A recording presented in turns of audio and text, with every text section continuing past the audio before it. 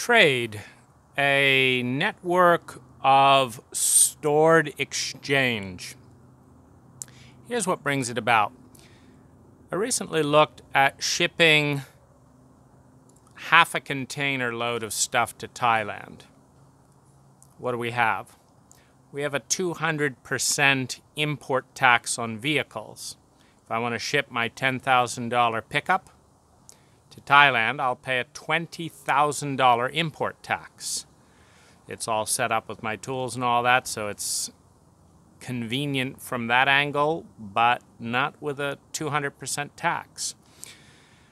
Laptops are limited to one per household, otherwise it's subject to import tax. There's a 6-week delay. There is, in a sense, an enormous infrastructure, and then the shipping cost starts at around $4,000. Now, then there's loading, unloading, etc. So here's the concept with trade. Eliminate all import-export duties. Facilitate the graceful release of objects.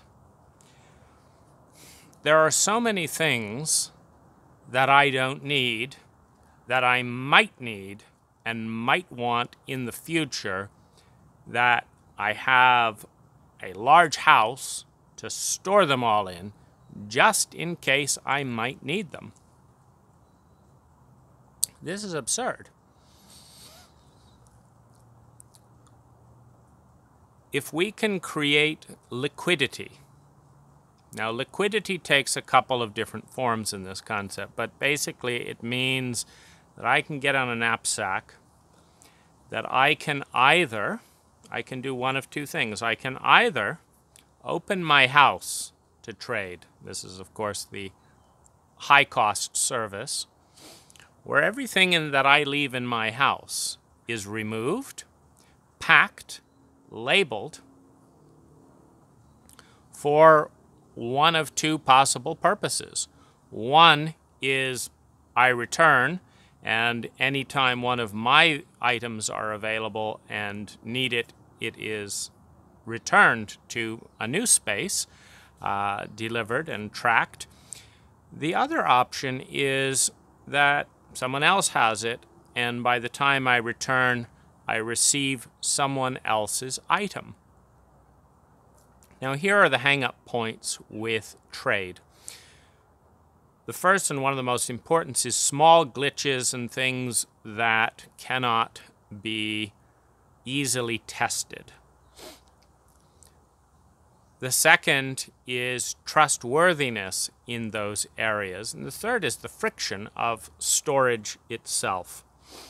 Now, here's my riffing on how to get around some of these ideas. First of all, the last person to own an object, to spend time with an object, to borrow an object, must detail anything they understand. This DVD is scratched at minute 321. This laptop has an H key that cannot be pressed without a very hard tap. This laptop goes blue screen at critical moments when using 3 programs or more. It is the last person's responsibility to bring awareness to the trade organization and also to the future borrower what the glitch is. And this can be tracked by the trail of the individual. In other words, if problems keep showing up on the first 24 hours, first 72 hours of use of an object that were not reported by a given person before, the reliability of that person is clearly identified as faulty on a statistical basis. This is where the algorithm comes in. So, I think it's pretty reasonable to say that if no problems are communicated by one person and 4 problems are experienced by the next person, that the odds that all 4 of those problems happened with different people in a 72-hour period right after person A is the last contact point is quite low. The statistical average can be calculated and measured. And basically, we're not saying you're guilty or innocent. We're saying that if you fall within an 87% statistic of not honoring the next person, you pay this price. If you fall between a 97%, and all of this is documented, and the person can have the impact, the person-to-person impact, where someone says, look, I'm getting blue screen at this, this, and this, that's uploaded. And so it has a human element to get beyond the narcissism that's so rampant in our culture, where it's verifiable, where it's statistically based, where the contract you sign is based on statistics, not on you are guilty, you are innocent, but rather, if this happens 3 times, you get charged this rate, whether you're innocent or guilty or not. If you're charged this rate, and you must redeem yourself to go down to a lower rate by having X occur. Well, if you're innocent and all this chance goes against you, and you're innocent and you cannot redeem yourself when it's based on chance and statistics, it's not looking very good for your actual innocence, more likely your delusion.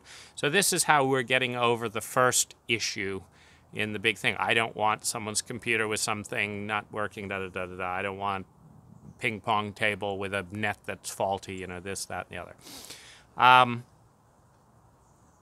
Now, I think that the trade program can have multiple elements. One is a hostel. Hang on.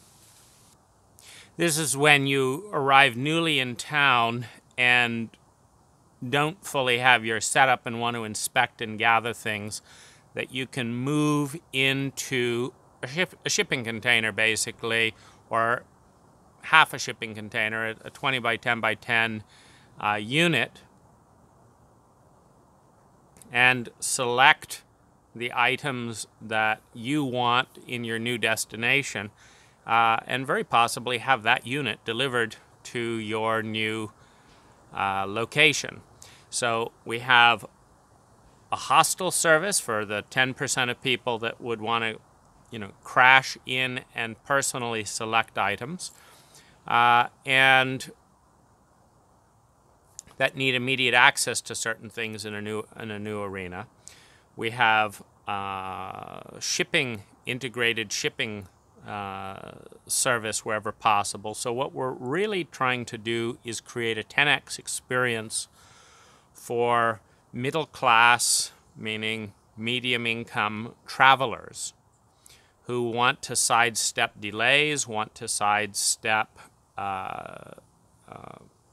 import-export duties, possibly want to sidestep shipping, packing, and unpacking, and want to make the planet more sustainable by keeping items in circulation.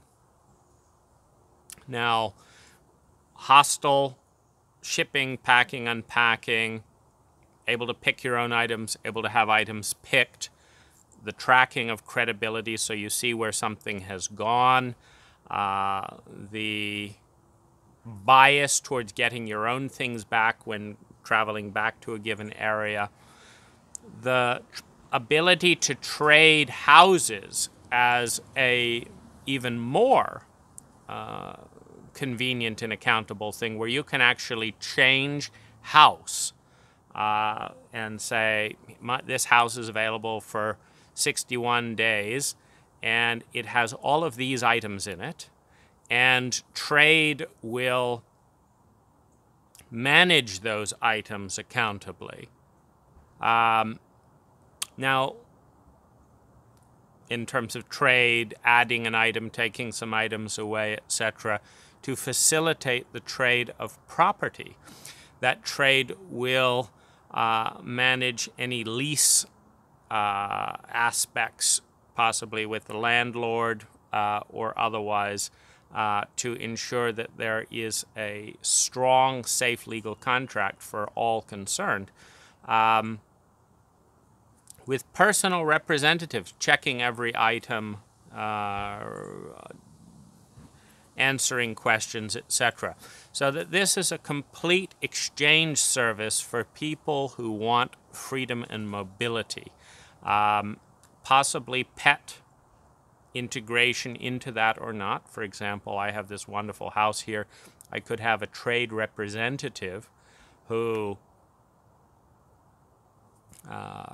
gets to know my dog, gets to know what's in the house, gets to know what quirks are where, that represents that greets a new person, that inspects things when they leave, that prepares for my return, that removes certain items and puts them into trade circulation, that returns certain items upon my return, that brings certain items in for the new person so that it's set up for them. You want a 75-inch flat screen awaiting in your house without having to have the cable set up, This is the service. Now, there's one other issue. We've got trust, we've got liquidity. Now, liquidity is you go to a new place and you receive something that you didn't contribute. I want a 10-inch laptop, I didn't give a 10-inch laptop. Or lots of people arriving here want 10-inch laptops. Nobody's putting them into the trade circulation here. Well, I think there's a couple of things that create liquidity here. One is a single shipping container that, goes to a central place and then back on a weekly or monthly basis, so that there is the facility to keep inventory globally, even if it's moving, all to this country or this place, etc., at certain times of the year. This also allows for seasonal holiday drifts, that everyone goes here, then everyone goes here, to be anticipated.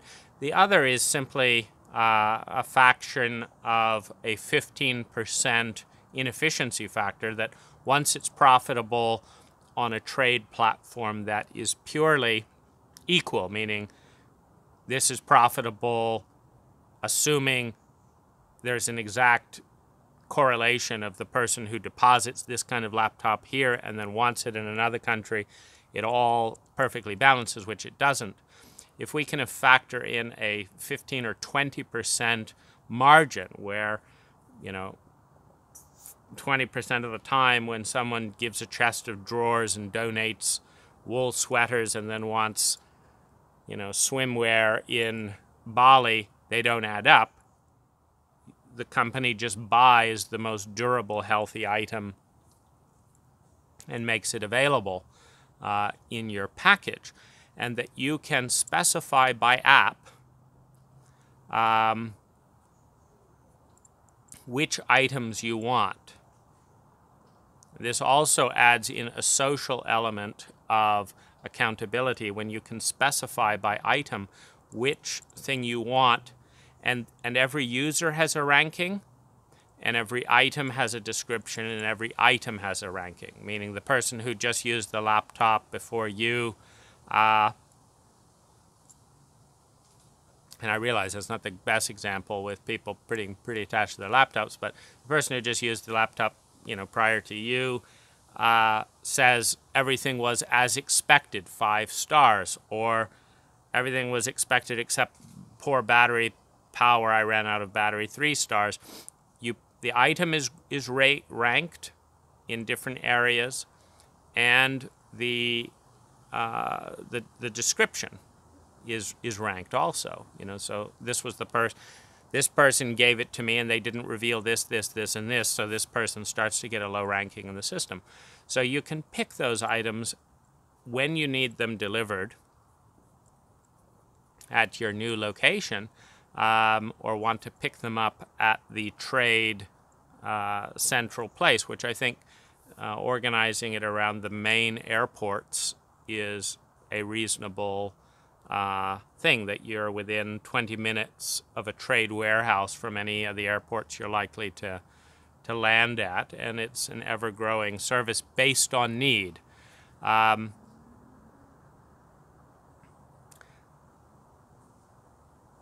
This seems like a phenomenal possibility to step into the sharing economy.